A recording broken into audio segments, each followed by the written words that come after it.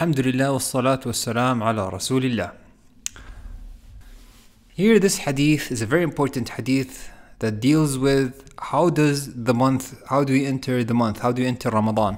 It's about any month in general, and it's about Ramadan specifically because it is about entering a month. Now entering a month, a lunar month, is with one of two things: completion of the current month, 30 days, or witnessing the moon of the coming month, which is on the 29th. So the 30th, if we witness the moon, then there will be no 30th. It will be the first day of the next month. And if the moon was not witnessed, then it will be the continuation of the 30th day.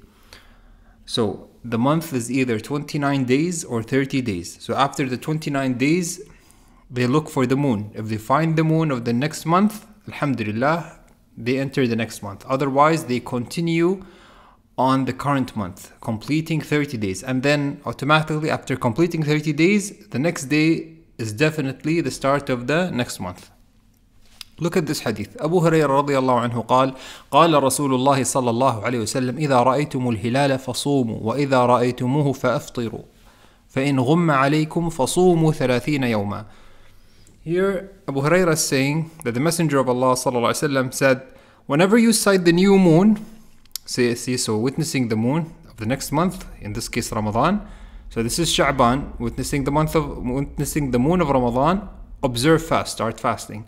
And when you sight it, this is the end of Ramadan, at the start of the moon of Shawwal, break it for Eid.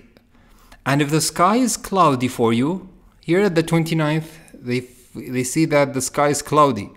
So what do they do? We said they cannot see the moon. So what should they do? Then observe fast for 30 days. Then you complete the month. So the hadith is saying that on the 29th, if the 30th, if the moon of the next month, which is in this case Shawwal, cannot be seen, then continue fasting 30 days. And the same thing with Ramadan. We enter Ramadan after witnessing the moon of Ramadan on Sha'ban. 29th, they search for the moon. If they find the moon, then Sha'ban will end with the 29th, and we'll start Ramadan. It will be the next day will be the first day of Ramadan. Otherwise, we will continue fasting Sha'ban 30 days. So the entrance of the month is one of two things: witnessing the moon or completion of 30 days of the current month. Hope this is clear. Now we move to an important aspect regarding this, which is, do different lands have different sightings, or do the whole Muslim nation depend on one sighting? Let's look at this. Here, every land, I made the title, every land should have their own sightings. Okay. عن كريب أن أم الفضل بنت الحارث بعثته إلى معاوية بالشام قال فقدمت الشام فقضيت حاجتها واستهل على رمضان وأنا بالشام, and they looked for the moon of Ramadan. فرأيت الهلال ليلة الجمعة ثم قدمت المدينة في آخر الشهر. So he saw the moon of Ramadan on the night of Friday. So Friday for them was the first day of Ramadan. ثم قدمت المدينة في آخر الشهر. At the end of the month, he went back to Medina, and there he met Ibn Abbas. فسألني عبد الله بن عباس رضي الله عنهما ثم ذكر الهلال. He mentioned the moon sighting. فقال متى رأيتم الهلال؟ فقلت رأيناه ليلة الجمعة. He said, when did you see the moon? Quraib said, we saw it on the night of Jum'ah. فقال Ibn Abbas saying, did you see it with your own eyes? Did you see it yourself? فقلت نعم. Yes, I did. ورآه الناس, and the people saw it, and they fasted, and Muawiyah fasted with them. طيب. فقال Ibn Abbas said, but we saw it on the night of Saturday. So they did not see it on Friday. Look, there's a difference here. They did not see it on Friday. They saw it on the night of Saturday. So 1 day difference. And he said, فَلَا نَزَالُ نَصُومُ حَتَّى نُكْمِلَ 30 أَوْ نَرَى. So we saw it on Saturday, and we will continue on fasting until we complete 30 days or we see the moon of the next month. So فقلت, Quraib saying, ألا نكتفي برؤية معاوية وصيامه? Should we not, خلاص, isn't it sufficient? Do we take the opinion or the sighting that was done by Muawiyah and his fasting? He said, no, لا, هكذا أمرنا رسول الله صلى الله عليه وسلم. So he said, no, this is how the Messenger of Muhammad صلى الله عليه وسلم commanded us. So the hadith basically here, what we understand from this hadith is there are two different lands, Sham and Syria and Medina. They both have different sightings. So it's not just one sighting. So every land should have its own sighting. And in this case, they saw the moon in Sham, okay, in Syria, they saw the moon. And they did not see it in Medina. So khalas, each one should build on, the ruling is they should build on what they saw. So Syria, they started the month earlier, and Medina, they saw it one day after. So there's a difference in entering the month. Okay, and when he said to Ibn Abbas, wasn't that sighting sufficient? He said, no, this is how the Messenger of Allah has commanded us. Meaning, the Messenger has commanded them that every land obviously should have its own sighting. So, what's interesting, this hadith is in Sahih Muslim. Look at what Imam Nawawi has put as a title. You know that in Sahih Muslim there are no titles. The book of Sahih Muslim, there are no title for the chapters. So the titles in the book of Sahih Muslim that you find now are made by Imam Nawawi. So they took it and they printed it with the actual Sahih Muslim. They took it from Imam Nawawi's explanation of Sahih Muslim. So this is what Imam Nawawi said. باب بيان أن لكل بلد رؤيتهم وأنهم إذا رأوا الهلال ببلد لا يثبت حكمه لما بعد عنهم.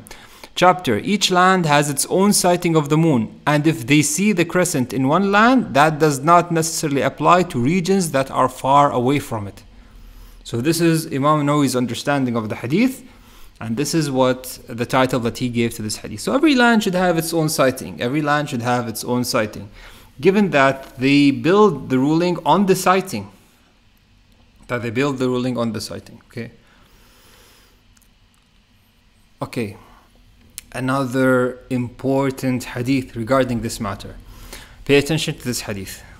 Okay, the fast is the day that people fast. Look, the Prophet Muhammad ﷺ said, الصوم يوم تصومون والفطر يوم تفطرون والأضحى يوم تضحون. The Prophet Muhammad ﷺ said, the fast is the day that people fast, the breaking of the fast is the day that people break their fast, and the sacrifice is the day the people sacrifice. What do we understand by this hadith? الصوم يوم تصومون. So fasting is on the day that you all fast, meaning that you all agree on that the sighting has happened. So you don't fast by yourself, you fast with the country that you're in. The day that they all see, the day that the sighting is established and they fast, you fast with them. Okay, this is how you build your rulings. So the Muslim should follow the country he is in for fasting and Eid. Okay, and I give an example here because a lot of times issues occur. Different countries have different sightings and they have, they start differently. So there might be an issue. When does the issue lie, or when is there a problem? Let's look. So if a person travels from country A to country B, then he should be following what country B are in, whether it's fasting or Eid. So if you travel to another country, you should be following what the other country is doing, whether it's fasting or it's Eid. So a person could end up fasting either 28 days or 29 days or 30 days or 31 days. Now people might say, how is this possible? It is possible. Sometimes there is a difference of 2 days. Sometimes there's a difference of 1 day. And if the difference of 1 day you fast with the, let's say, this occurs most of the time when people travel at the end of Ramadan to their home country. And it happens, for example, that we're celebrating Eid, he goes back to his country, that they're still fasting. So we ask him, how many days? The first ruling is that you follow the country that you travel. Meaning, you go to your country, you find that they're still fasting, you fast with them. You fast with them. You do not celebrate Eid. You don't celebrate Eid based on the country that you were in. Before that, you celebrate Eid based on the country that you're currently in. And the same thing regarding Ramadan and fasting. The rulings are based on the place that you are in currently. But the issues lie if the total number of days are 28 or 31. 28 days, what happens that if you go to a country, you have fasted 28 days, and you go to a country, it happens that khalas, they did the moon sighting and they're celebrating Eid, and you only fasted 28 days. For this case, we say you join them, and khalas, this day is considered Eid, and you should make up one day at least, because the month is either 29 or 30 days. So you should make up one day so that you are 29 days, and alhamdulillah, khalas, that is sufficient.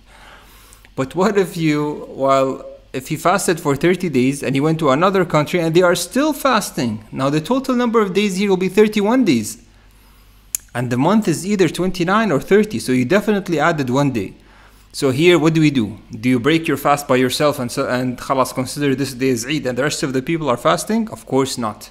Of course not. Inshallah, the better opinion, wallahu alam, is that no, he fasts with them and it is considered a preferred fast. So this 31st day is a preferred fasting. It's not a part of Ramadan, it's just a sunnah day. Because it's a preferred fast. Because khalas, the people are still fasting. They did not see the moon of Shawwal, so they did not enter Eid. Okay? So the ruling is that you follow what they follow. If they're fasting, if it's still Ramadan there, you still fast with them. If they break their fast for Eid, then you break your fast with them.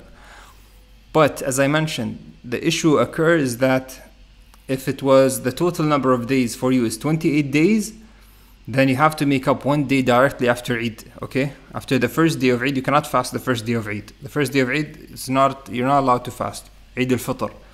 Eid al-Fitr, you can fast the second day, okay? The second day of Eid, you can fast, no problem. So the second day of Eid, you can fast, you can make up the day.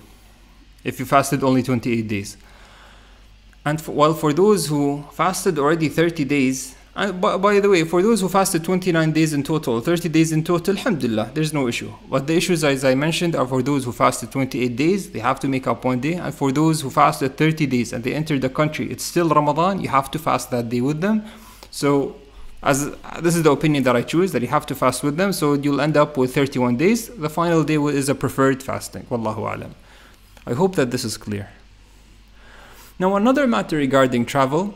If you travel before the sun sets towards the west, then you'll be traveling with the sun. It will prolong the period of fasting.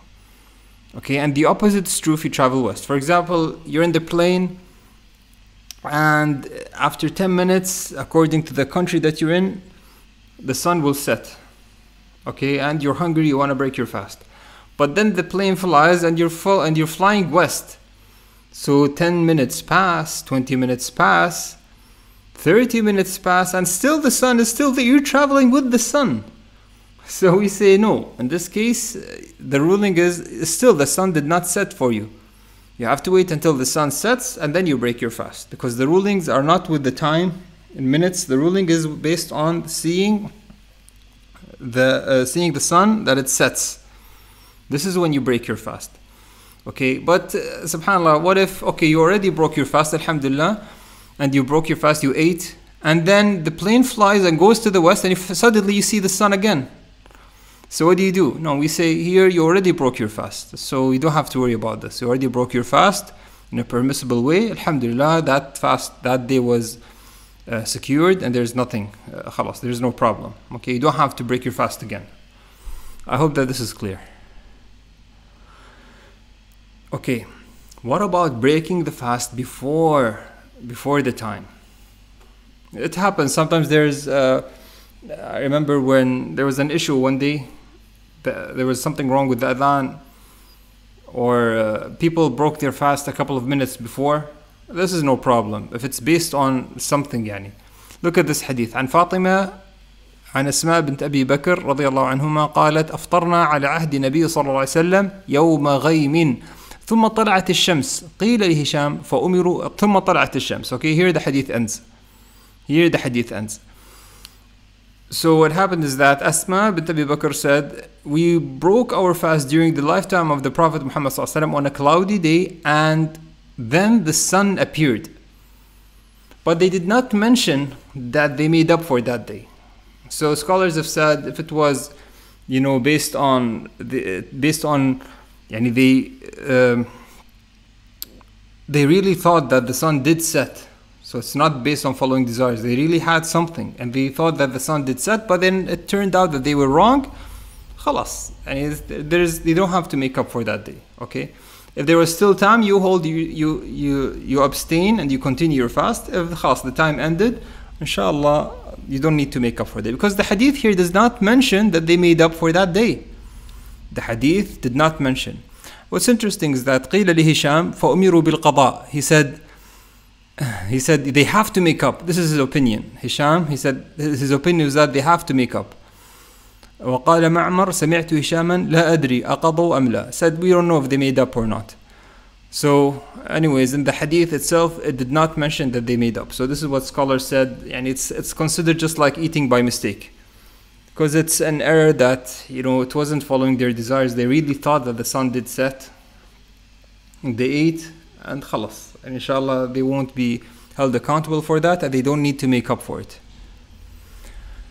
Another hadith that we need here is عن عبد الله بن عمر رضي الله عنه قال النبي صلى الله عليه وسلم إن بلالا يؤذن بليل فكلوا واشربوا حتى يؤذن أو قال حتى تسمعوا أذان ابن أم مكتوم. The Prophet Muhammad ﷺ said, Bilal pronounces the adhan when it is still night, before dawn. So eat and drink. See, eat and drink. كلوا واشربوا حتى يؤذن حتى تسمعوا أذان ابن أم مكتوم. Okay? Or till you hear the Ibn Maktoum's adhan. Why is this hadith very important? Some people, they have this, belief that you have to abstain 5-10 minutes before adhan. This is based on what? The Messenger Muhammad ﷺ told them, eat and drink. Okay, eat and drink حتى تسمعوا أذان ابن مكتوم. So eat and drink until you hear the adhan of Ibn Maktoum. What happens that even until now, Medina has 2 adhans. Fajr, there are two adhan. One adhan is before the time, like sometimes it's 1 hour or 30 minutes before the time, and the other adhan is at dawn, the time of Fajr. So here the adhan that we hear for example, in our countries is the second adhan. The adhan to show that the time of prayer of Fajr has started. It is the adhan that the person starts fasting. Okay? So here the Messenger Muhammad ﷺ is saying, eat and drink until you hear the adhan. So there's nothing stopping you of eating and drinking until you hear the adhan. This is how it's supposed to be. And this is how you should do it. And here we have hadith. The Messenger Muhammad ﷺ is saying, تَسَحَّرُوا فَإِنَّ فِي السُّحُورِ بَرَكَةً. Make sure to take advantage of this and eat suhoor. Take suhoor as there is a blessing in it. There's a blessing in suhoor. Okay, so make sure that you wake up at that time and eat. Drinking even 1 sip of water is considered suhoor. Okay, and there's a blessing in that single sip or that dates that you eat. There's a blessing in it, inshallah. So if a person ate before sunset, believing that the sun did set, and found out later that he was mistaken, then he should continue the fast and no makeup is required. Wallahu alam. Now here, we'll be moving to the final part.